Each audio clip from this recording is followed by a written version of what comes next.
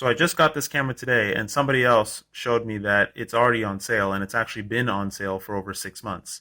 I'm not sure if this is the same camera, but the main benefit of this camera is the sensor itself. It's actually a 16:9 wide, 1200 TV line, 8 millisecond sensor. That's twice the resolution of a Sony CCD and about half the latency of the same Sony CCD.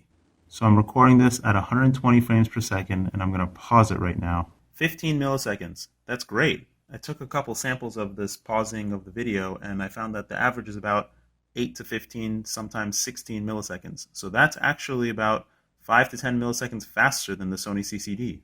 Here is a typical Sony 600 sensor with a 2.5mm $RC lens. And here is my first flight with the 1200 TV line camera. First thing I noticed was, wow, the colors. The colors are beautiful. You also have to note that this is the crappy Fat Shark DVR that does a very poor job at recording the same quality that we're seeing through the actual goggles. So everything that you're seeing here is significantly better through the view of the goggles.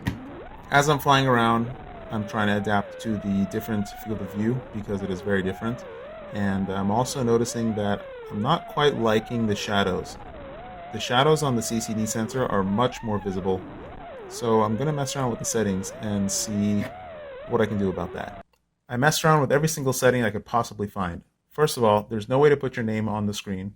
Not a big deal. Also, the image mirroring doesn't work. Also not a big deal. And all the other settings are typical, as you would expect. The one setting that seems to make the biggest impact with the light-dark transition and the light areas and the dark areas is this. It's the exposure backlight. So I found that if I put the exposure backlight on high, it makes things kind of brighter, but I can still see the brights very well, and I see the shadows much, much better. So here it is after most adjustments. This is not perfect, so it's really hard to tell, but basically you can see that the CCD really doesn't have to transition at all. There is no transition for the CCD. That's the biggest benefit of a CCD. You kind of see everything all the time. The CMOS definitely does have to do some transition, but if you look at it, it's actually not that drastic, and the lights are still visible while the darks are just about equally as visible as the CCD. So it's not that bad, and when you're looking at it through the goggles, it's actually not even that noticeable. The video that you're looking at here, this is raw video. This is not what it looks like in the goggles. In the goggles, it looks much richer, much like darker a little bit. You can actually see things very, very clearly. But does this really matter in actual practice? Does it make a difference when we fly? Here it is fully adjusted. Again, the DVR doesn't do it much justice because I can definitely see the shadows and everything much clearer through the goggles. Let's compare before and after. So the before is on the right, after is on the left. Again, the DVR doesn't show you, but there is a pretty significant difference between the before and after through the goggles.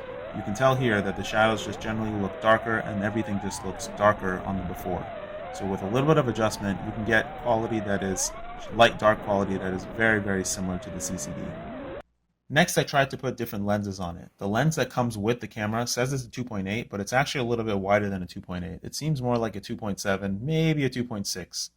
The RC 2.5 is my favorite lens because it doesn't vignette and gives you a very nice view that's relatively undistorted. Unfortunately, it can't get close enough to the sensor to properly focus, and I even tried filing the back of the lens so that I can get it closer to the sensor, but that didn't work out. The 2.8 lens worked, but it wasn't nearly as nice as the one it came with, and the other 2.5 lens, that's pretty much useless because it's just vignettes on every single sensor you put it on. So I'm trying to talk to them to see if they have a little bit wider angle lens. The lens that comes with the camera is already pretty good, but if I can get just a 1/10 of a millimeter wider, I would be able to see up and down in the vertical axis a little bit clearer when I'm going fast or slow, just making flying a little bit easier. Nighttime performance.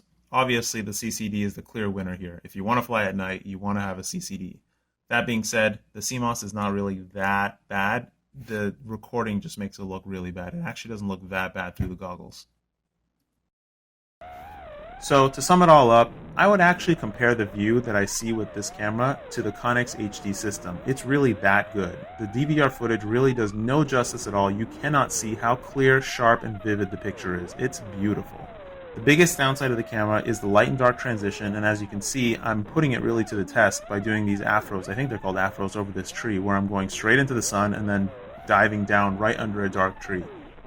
The other downside is the nighttime performance. But come on, how often do we fly at night, and when we do, it's not pitch black like I was showing you. The last thing I didn't talk about is the jello. CMOS sensors are much more susceptible to jello, and throughout this entire review I had nicked props, and one of my props was a little bent and I kind of just bent back, and the jello is really not that bad. It's completely flyable, there's no issues, and I actually attribute it to the higher resolution and higher quality of the sensor itself.